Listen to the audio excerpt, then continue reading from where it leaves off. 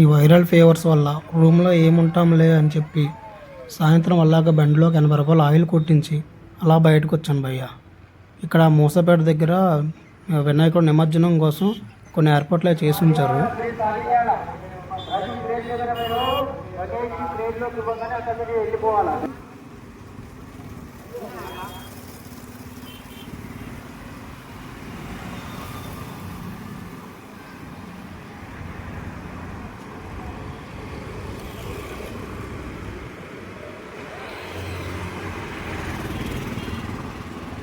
ఈరోజు ఇదే అసలైన ఘట్టం.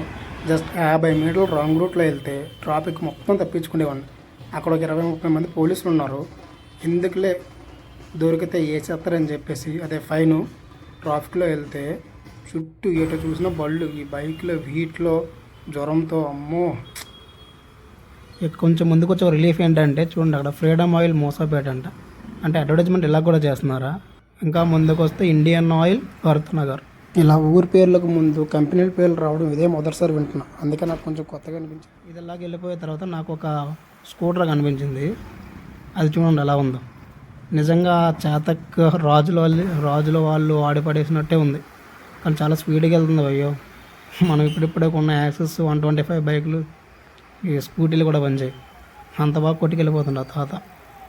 అసలు ఎక్కడ సిగ్నల్ లైట్ కానీ నెంబర్ కూడా ఏమీ లేదు. Orang celaga jalan malahan biar dulu ya, halaluya, cot, cot, cot, cot, cot, cot, cot, cot, cot, cot, cot, cot, cot, cot, cot, cot, cot,